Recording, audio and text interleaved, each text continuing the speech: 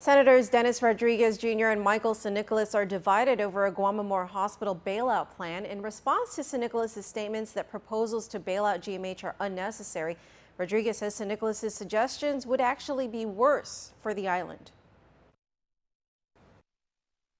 I've tried my hardest over the years to take GMH out of this being used as a political football. And unfortunately, he's using it again as a political football. And it's a disservice to the hospital, to the employees, and really to the whole community. Senator Dennis Rodriguez Jr. is responding to Senator Michael Nicolas, who yesterday held a press conference to address three measures that propose a massive GUAM Hospital bailout that would require refinancing existing debt.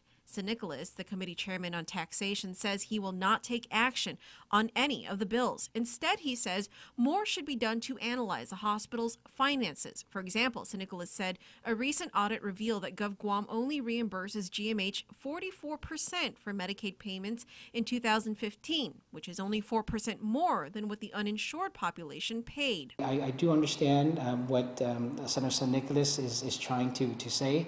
But he doesn't understand the whole situation. He doesn't understand how Medicaid payments and reimbursements work. It's very easy to come out and say all we got to do is have the government, reimburse the hospital more. If you take a look at, I'm sure if you take a look at, and it's under his oversight committee, where DOA prioritizes payment, you would see that DOA bends backwards and over for GMH. Moreover, Rodriguez says if GovGuam were to adopt Nicolas's proposal to bring the GMH Medicaid reimbursement rate to 80%, it would end up hurting third-party payers such as private clinicians and pharmacists and doctors. So you'll never get 100%. I mean, that's common, yeah, right? He's asking for 80. Yeah. So you'll never get that. But number one, if we're talking about Medicaid and he's saying shift it to pay more to the hospital. Then that's not going to solve it, because what you're going to do is shortchange our local providers. If Senator Nicolas wants to increase the Medicaid payments to the hospital, Rodriguez says he instead should join efforts to provide more Medicaid funding in terms of the local match. I plead with Senator Nicolas to, if he doesn't want this proposal, if he thinks this proposal is bad, come up with an alternative.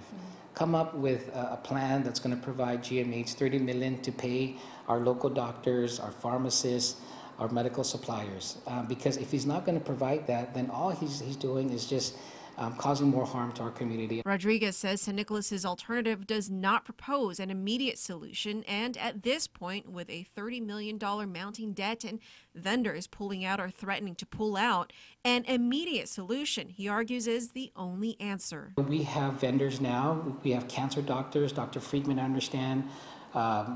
Vendors that already have stopped or put a hold or suspended providing supplies and medications to our hospital, and that puts the people's lives in jeopardy. You can read Senator Rodriguez's letter online at pacificnewscenter.com.